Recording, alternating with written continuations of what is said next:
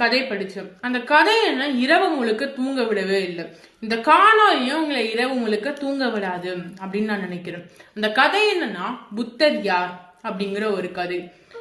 இந்த கதை ரொம்ப ஒரு பெரிய கதை. ஆனா நான் அதை சுருக்கி சொல்றேன். ஒரு ஊருக்கு புத்தர் வந்திருக்காரு. அவரை பார்க்க ஒரு பையன் போறான். ஆனா அவன் வர்றதுக்கு முன்னாடியே புத்தர் இன்னொரு ஊருக்கு போயிடுறாரு. அப்ப இவன் சோகமான முகத்தை பார்த்து இவங்க அம்மா ஒரு வண்டிக்காரனை கூப்பிட்டு, நீ இவனை புத்தர் எங்க இருக்காங்களோ அவங்களை கூட்டு போ அப்படிங்கிறாங்க.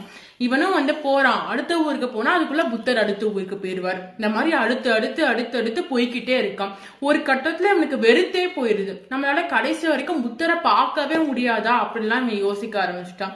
அப்ப அவங்க ஒரு ஜென் துறவி வராரு. அவர்கிட்ட இவன் கேக்குறான், நான் எப்படி புத்தரை பாக்குறது, புத்தரை எப்படி நான் அடையாளம் கண்டுபிடிக்க முடியும் அப்படின்னு கேக்குறான்.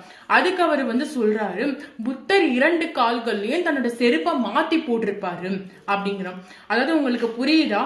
இடது கால வலது கால் செருப்பையும் வலது கால இடது கால் செருப்பையும் புத்தர் போட்டிருப்பாங்களாம்.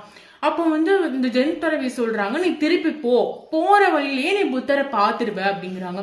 இவனும் திருப்பி போறான். போற வழியில கீழேயே பாத்துட்டு போறான். யாராவது செருப்பை மாத்தி போட்டிருக்காங்களா அப்படின்னு சொல்லிட்டு. எல்லாருமே செருப்பு சரியாதான் போட்டு போறாங்க.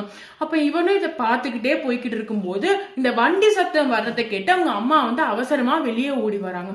பையனை பார்த்து பல நாள் ஆச்சுல, அதனால அந்த சந்தோஷத்தை வெளியே ஓடி பார்க்கும்போது இவன் இவன் அம்மா காலை பாக்குறான்.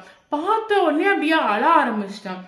ஏன்னா இவங்க அம்மா இவனை பார்க்க வர அவசரத்துல வலது கால்ல இடது கால் செருப்பையும் இடது கால்ல வலது கால் செருப்பையும் போட்டு ஓடி வந்துட்டாங்க.